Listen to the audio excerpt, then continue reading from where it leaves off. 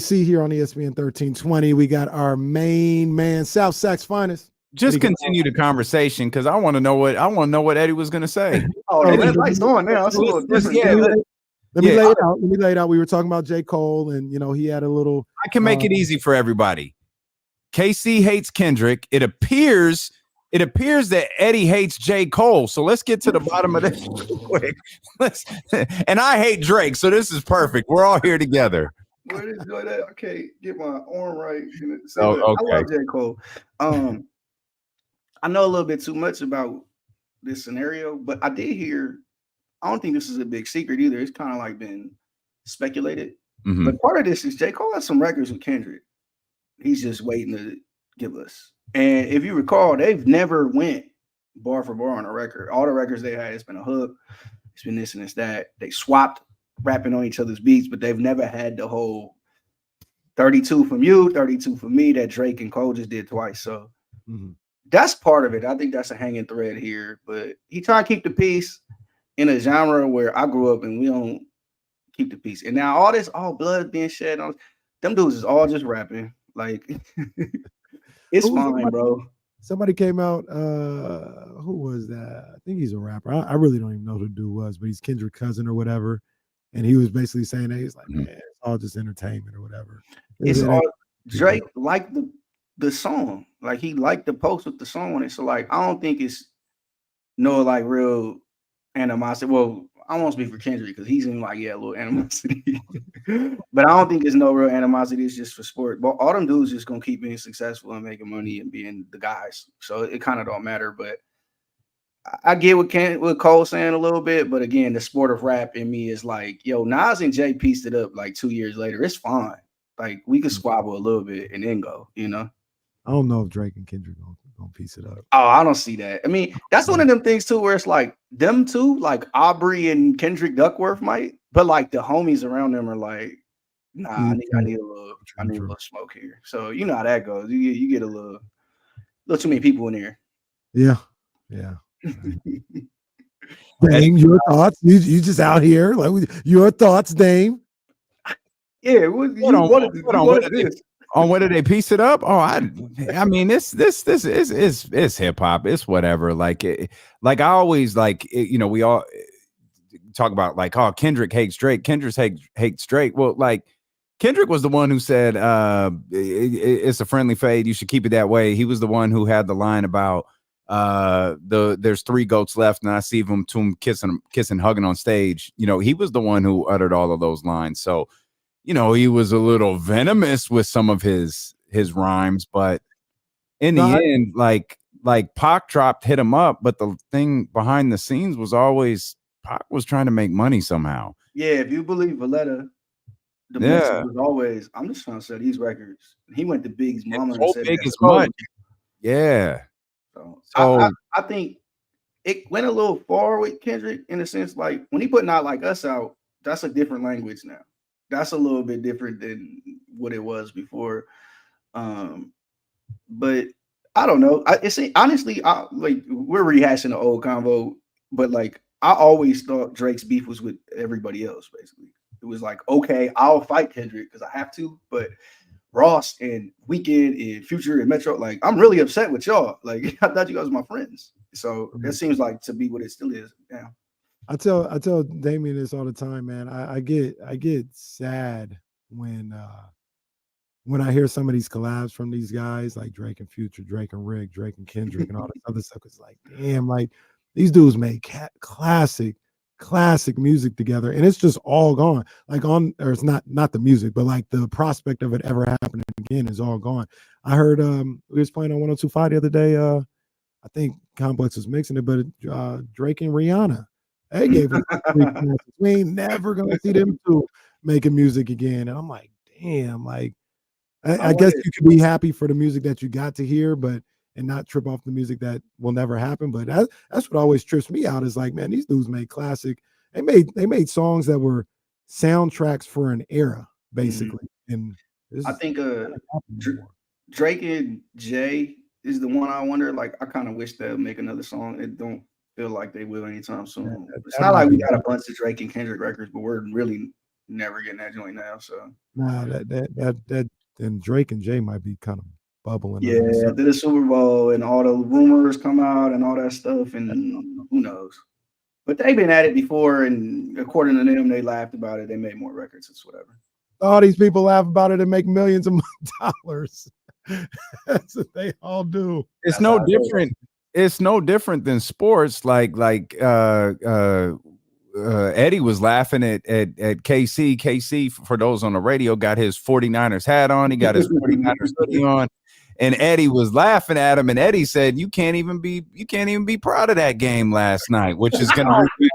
You're right. Yeah, you're right. We fighting. I was going to say that's going to rehash a whole conversation, but this whole thing about how like fans see sport versus how players see sport, it's no different than the music thing. Oh, yeah. Like I get cussed out all the time because I'm like, oh, it's just not that deep to me anymore. I know I sound like a prude, but it's like I've watched dudes lose to game winners and go to the club with the dudes who hit the shot. Like, that's right. It's like once you see enough of that, it's like, and again, it's not that the games don't matter to them dudes and they're not playing hard, but they've learned to compartmentalize it. You know, like when you realize as a fan you care more than they do. Yes, like that's exactly what it is. You start to watch the game a little bit differently, or maybe digest the game a little bit differently. Yeah, and like Casey, you know, as a sports parent, y'all play and go to so many games. They all just blur after a while.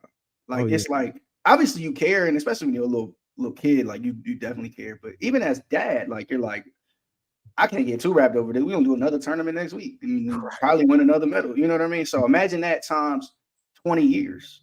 And it's like, dog, we flying to Miami tomorrow. Like it is what it is. That's what they do. It's a visual, but this when they're center court. And, well, Tiger, we're going to Tiger. Tiger, I'll see you there in a second. Yeah, and it's like, you know, it's funny. Like I feel like the leagues are a little more separated than people think. A lot of times these dudes only see each other literally when they play each other, and that's when they get to catch up or in the same city or whatever. But at the same time, yeah, some of that animosity is just not there anymore. We grew up on that, so it's like, oh, you kind of wish that was there. But I hate the idea that means they're not playing as hard. Yeah, they're playing hard too. Like they're still out there to get it. You know what cracked me up the other day in the Kings game? It was Kings Warriors, and Buddy was doing the thing where he was talking to somebody and he was covering his mouth, and it's like, Buddy, no one can understand what you're saying. Your hand ain't in front of you. What are you doing? You could just talk normal and ain't nobody gonna be able to figure out what you're saying. Yo, that always killed me in baseball too, because it's like you think the dugouts over there going, oh, he's saying hi and outside, I can see it. Like, you know? Well, you know the story. You know how that started.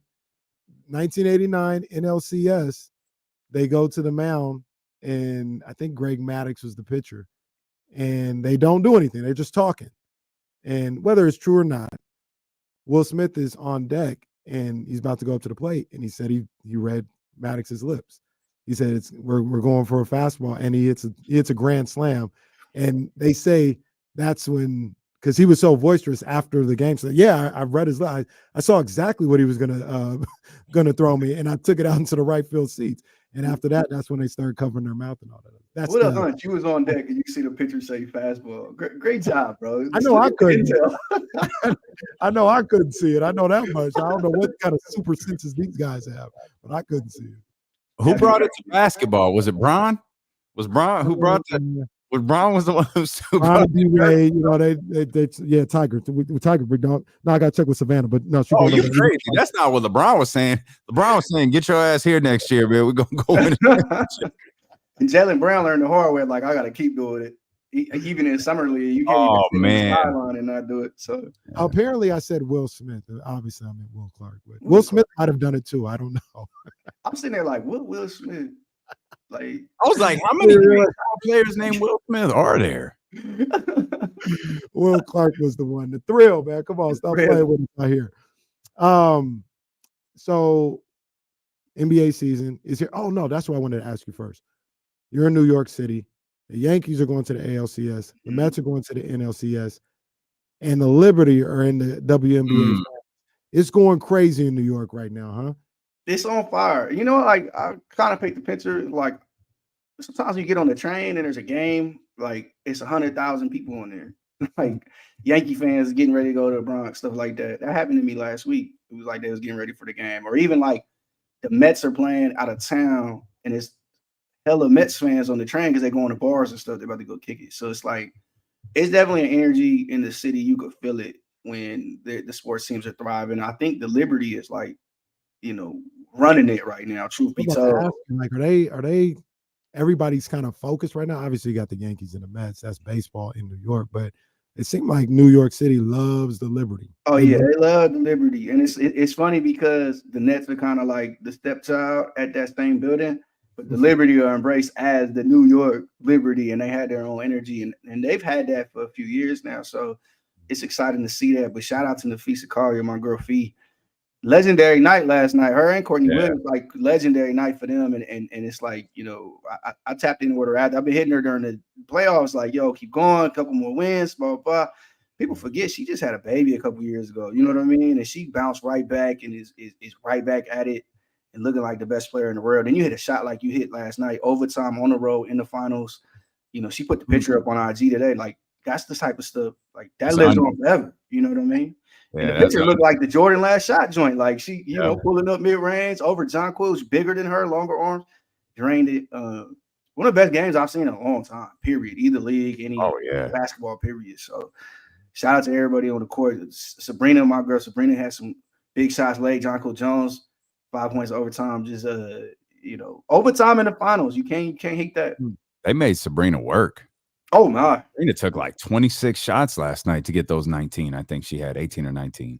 Yeah, she's up and down like that sometimes, but her game has evolved so much. The way she's added the floater, added the mid range, and what she does, like upward trajectory for her. And it's people forget she missed her whole rookie year. It was in the bubble. She turned her ankle immediately. Mm-hmm. She didn't have a couple off seasons for a while, and now she's finally getting to grow her game. And she looking like, she was an MVP candidate this year. It's hard to win an MVP with A'ja Wilson in the league as well, but. Who knows what next year looks like as she gets even better. So, like yesterday, I think it was yesterday, maybe even on Wednesday, people, I was saying Liberty going to win or whatever the case may be. And they just on a mission, and they still might. I'm still picking them. Nothing has changed. But one of the things people were saying was, they're like, oh, yeah, the Lynx going to have Sabrina in cuffs. They're gonna have her struggling. I was like, nah, y'all bugging. Sabrina about to go to work. One.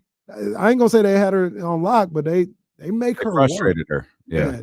And that's a continuation of what they did in the regular season. And I don't know, they may have a blueprint to, at the very least, just making things difficult for her. Yeah, and you could see the Liberty were trying to counter that. They're trying to rely on Stewie a lot. She had her own issues last night as well, dealing with Fee. John Cole had a great game, but their dribble drive game for the Liberty is huge for them. It gets the ball moving, gets the defense rotating. And that all relies on Sabrina. Now, all that said, for the tougher game that she had, she was 8 of 26. Stewie was 6 of 21. They lost by 2 points in overtime and missed the layup. You know what I mean? So it's like they had to have a miraculous 18-2 run for it to be a game. Now, credit to the Lynx, obviously, but if you're the Liberty, you feel like, hey, we can turn this around.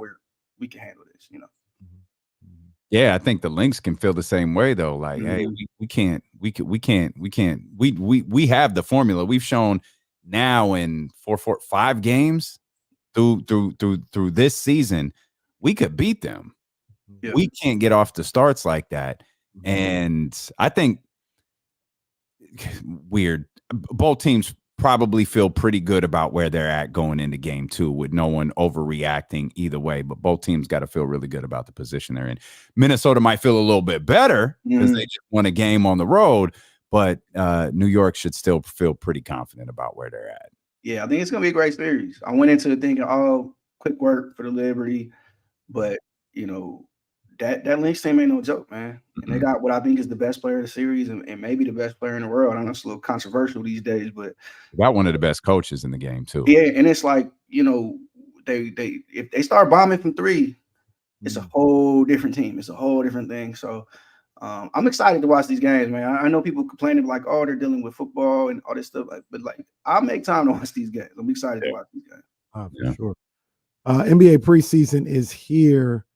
What do you look at in the preseason? I mean, it's the NBA preseason is, I've always I shouldn't say always, but I just kind of realized it's obviously different than NFL preseason where the best players don't play at all. Like, and the coach is like, nope, we're not playing, and it don't matter. Whereas in the NBA, like you see your guys playing 25 minutes or something like that as the preseason goes along. Is there anything that you take away from preseason basketball at all, outside of the Suns running a 3-man weave in the middle of the game? I think for me, it's seeing how teams integrate new pieces. And to talk about the hometown team, watch DeMar work off the handoffs from Sabonis, and even doing that at the elbow and finding his space to get his buckets, like that little stuff. You kind of get little hints at how they want to utilize things because they're practicing, like in a fanciest, shiniest way possible. They're practicing things they're going to utilize in the season. So it's that for me. I think rotations and stuff like that. You watch like the Lakers and you're curious, are they going to play Bronny? When does he come in? And I think, there's, we call it nepotism or whatever, but like he's going to get a chance to play with his dad in some way, shape, or form and then make his way to the G. But you look at like Dalton Connect, how often is he coming in? They got a lot of guards there. Is Max Christie playing more, on and on and on? And then, for me, I'm obviously watching the Suns too, and it's the same thing. Who's coming off the bench? How are they using their rookies? Who are they giving time to? Things of that nature. And the Suns are shooting threes way more than they shot last year. So I'm like, oh, okay, that's clearly an emphasis, stuff like that. Those are the things I look for. I think you get a little more energy and from especially in the beginning of the games as those guys are kind of into it and they're seeing guys they recognize. But you get to that third, fourth quarter, it's like, all right, we're watching the youngins now at this point. Right. Is there a team that you're outside of Phoenix and Sacramento? Obviously, is there a team that that you've got a curious eye on? I think Minnesota and Memphis. I'm watching both of them just like for entertainment value. Like I want to see how good they're going to be. Obviously, and I think they're both contenders, but them two young bucks they got over there with Ant and Ja, like those are two of my favorite players in the league, and they play the style of basketball that like I enjoy. I always tell people I feel like the best version of basketball is like that bouncy ball handler in high school who's just dominating everybody, dunking, hitting threes and stuff like that. Those dudes still do some of that in the league. And so they're just the most fun to watch for me. So those two teams for sure. Out west, I think out east, I'm also curious about the Knicks. And I still enjoy watching Boston. Like they're still a fun team. I like seeing. My curiosity with them is like, what is the evolution for JT? Like, is he going to add some more playmaking to what he does? Is he going to play the block more? Like, is he going to work post more? Like, how is he going to take the next step for what it is? I talked to him before the season and said it might be his revenge season after all this summer and everything that happened. And it seemed like they was approaching it. Like his trainer, Drew Hanlon, has talked about it. Tatum himself has talked about being motivated. So, I kind of watching teams that have guys that I like watching play. And that's a group right there for sure. Have you watched Starting Five yet? I saw a little bit of it. It's not a thing, but I saw a little bit of it early. I saw a couple episodes early. I'm sorry. My bad. No disrespect. I was talking to. My bad.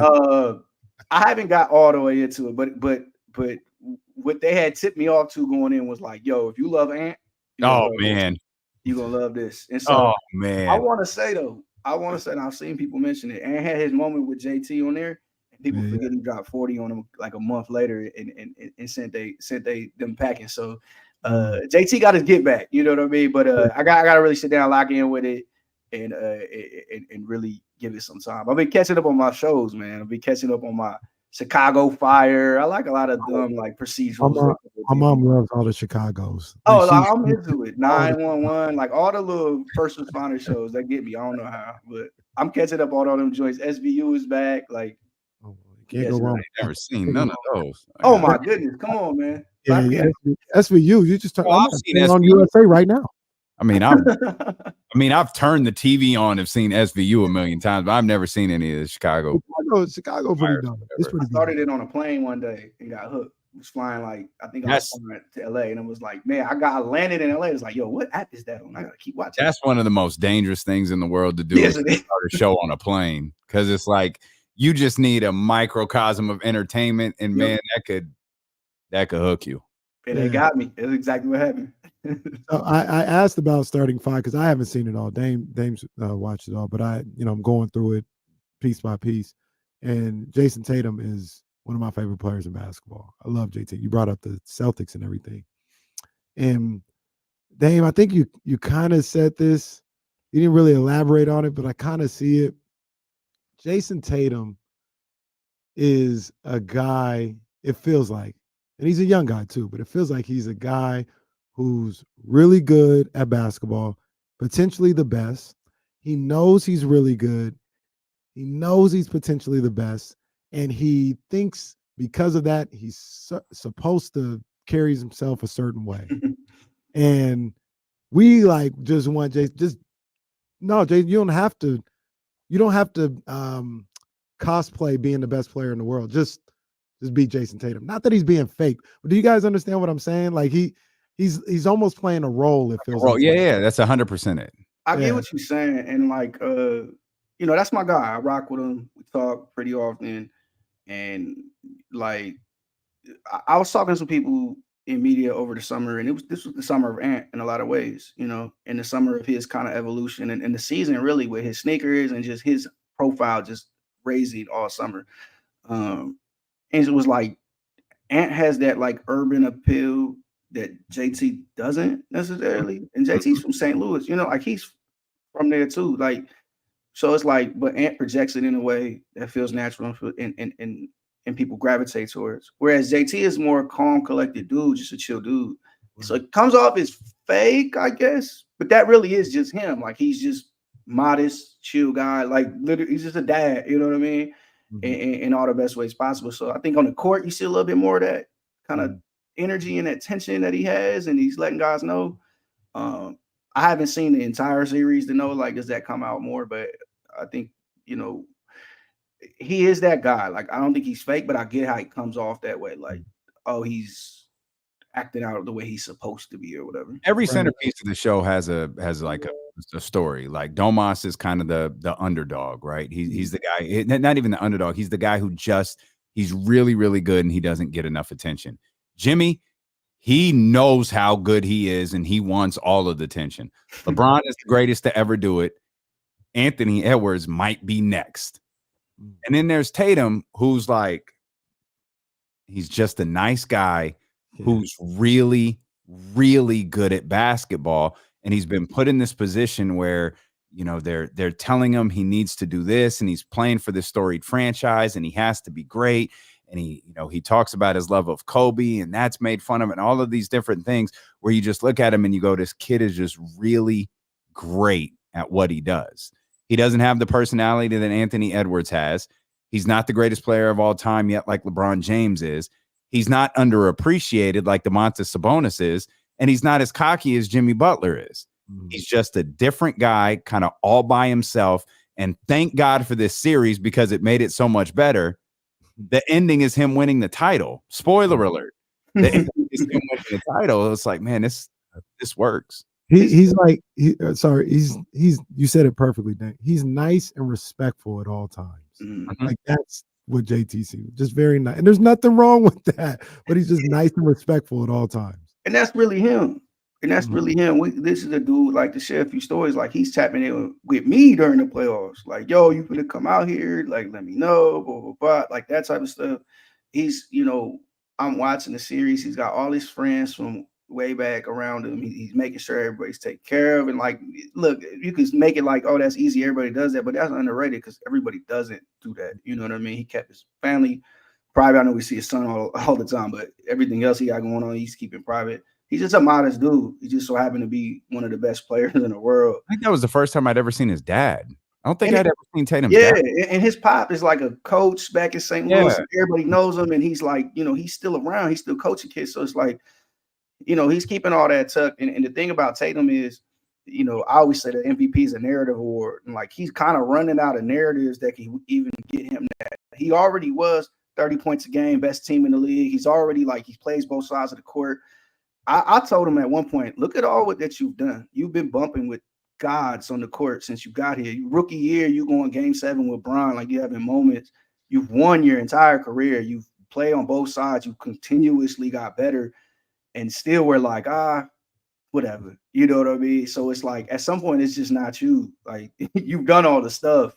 And now you win the title, and we still going, whatever. And he led his team in points, rebounds, and assists in the finals and for the entire playoff. So, like, all right, what more do you need at that point? So I get why he's just like off it at this point.